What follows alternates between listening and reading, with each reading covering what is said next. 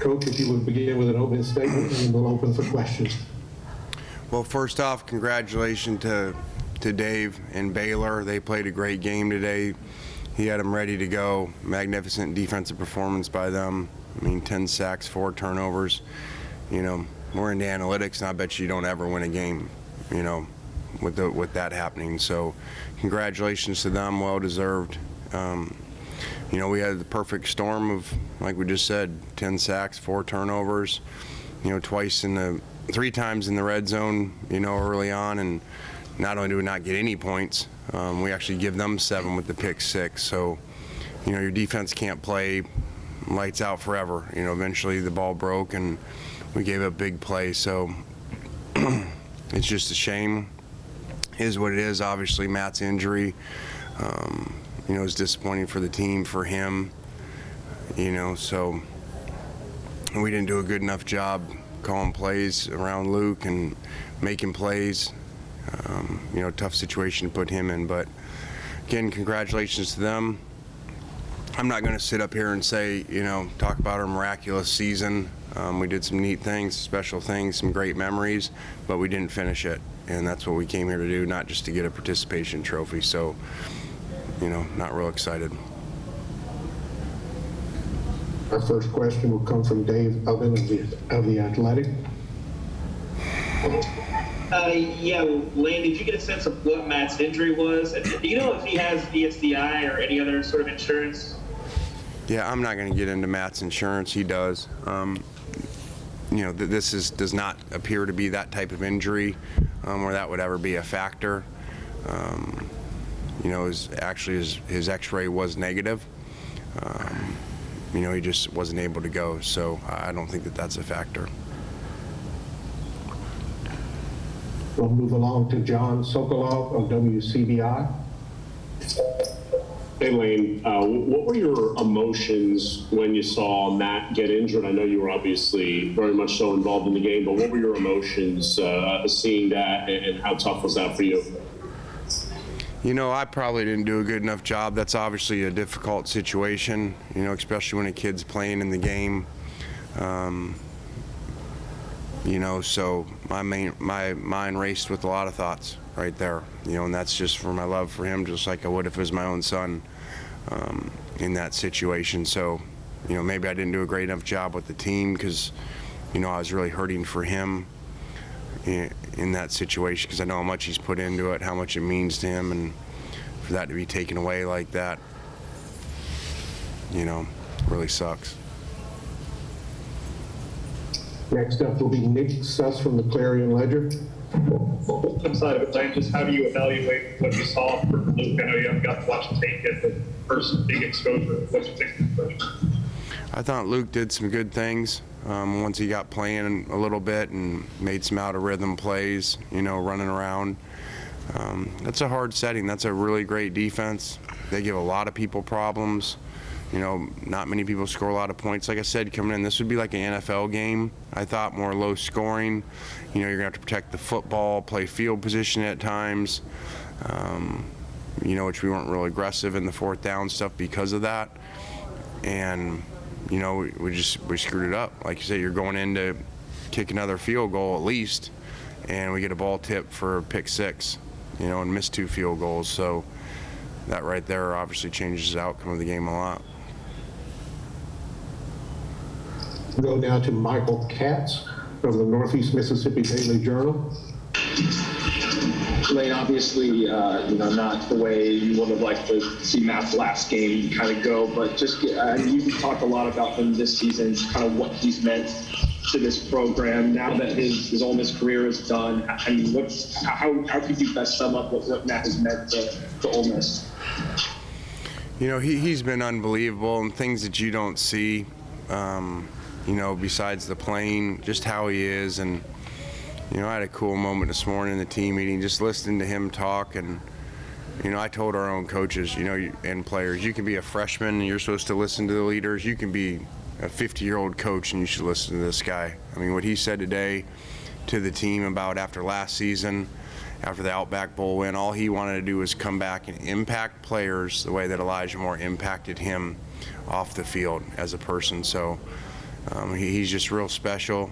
He's going to make a great NFL player and do great for a franchise. You know, we didn't play well, and we had things happen that I just, wouldn't have guessed. You know, all the COVID work and everything, and then, I'm looking there playing the game thinking our kicker's out, our quarterback's out, and our right tackle's out. So, kind of freak stuff. Next up will be Neil McCready. Following that, we would like to ask for questions for the players, please. Hey, Lane, a couple of things, if you don't mind. I know you already addressed Jeff Levy leaving. There's reports about Wilson Love leaving for Oregon. There's talks about DJ Durkin possibly having some opportunities. I was wondering if you could address their futures on your staff, and then also, does Luke's performance tonight change anything with the way that you evaluate the transfer portal and quarterback? There's a lot of questions there. Wilson is going to Oregon. We're happy for him. Again, when you win, like we did, and have a historic regular season, people come and want a piece of what you're doing. So, that's happened. And we lost a couple the year before. Levy obviously going and splitting time between there and back here. We appreciate him doing that in the bowl prep. That was not easy for him. And the way our defense played tonight, DJ's probably got a lot of opportunities. But he's done a great job all season. I don't know of any other opportunities or anything, but he's done a fabulous job with our players, not just performance, but recruiting and flipping over a roster that, you guys have followed it here. When it was one of the statistically over the last 5 years of defense here, as bad as anybody in the country. So he's done a great job, along with the other coaches, of flipping that roster over to play like they did tonight and like they did most of the season.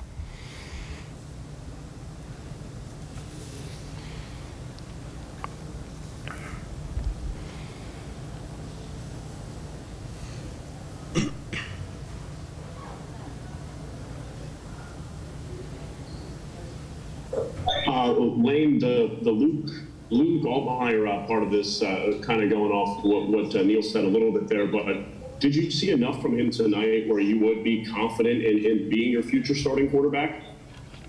Yeah, again, that's a very difficult situation for any backup quarterback, especially a freshman, to go into in a Sugar Bowl versus a really good defense. And it's not like we were lighting it up before he went in. We were struggling before. So I don't think we did a great job,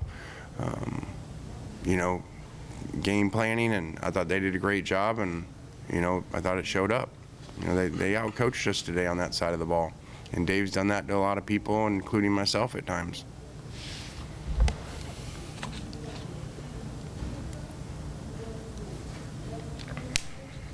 Coach, our next question is coming from the media portal.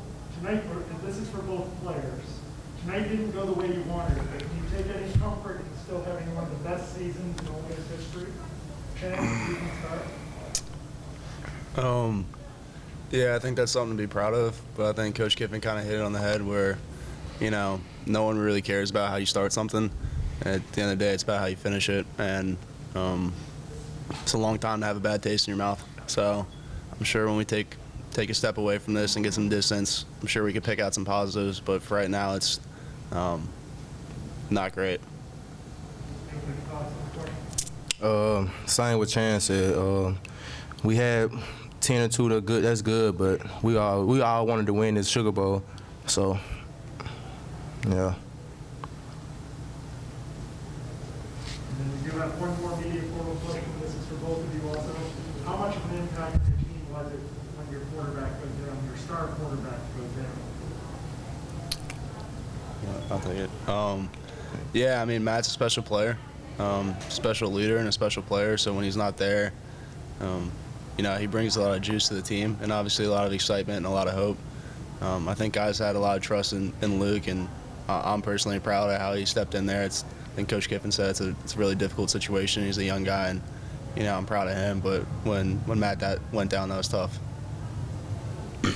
Yeah, when Matt went down, we knew we was in a funk. Matt, he's a great leader. He give us juice.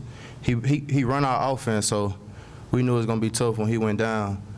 We tried to stick with Luke and bring him confidence, so we knew it was gonna be tough. Okay, we have a question from Nick Suss with the Clarion Ledger. Snoop, going off of that, what was the message or the mood kind of in the offensive huddle after the quarterback went down? Just kind of what were you guys saying as veterans to try and keep things afloat? We just tried to give Luke confidence and just keep going. How so? We'll say that again.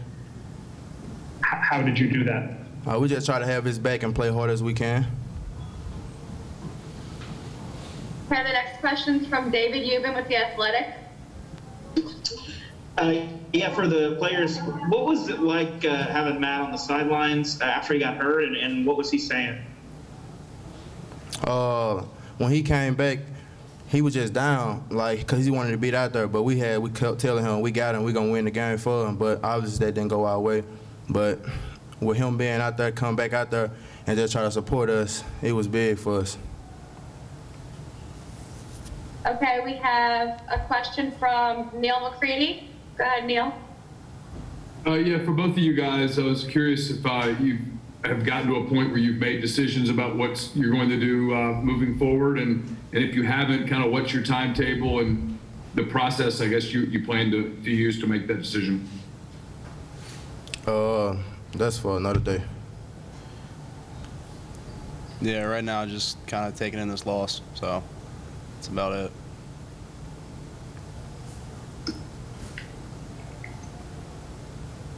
Okay, guys, we're going to let the players go. Is there any final questions for Coach Kiffin? Okay, we have one from Taylor Curect with WDAM. Go ahead, Taylor. Hey, Coach, I wonder if you can just speak to Dontario Drummond and his development in your time there, and obviously he's going to have a chance to play at the next level. What is it about him that makes him just a great wide receiver and could succeed at the next level? Yeah, I think Drum will play a long time at the next level. He'll be a great special teams player, even though we don't utilize him on that stuff in the core of special teams, but really strong, hard to bring down, played through a lot of injuries, and really had a real special year, and great kid. All right, thanks, Coach. All right, guys, thank you.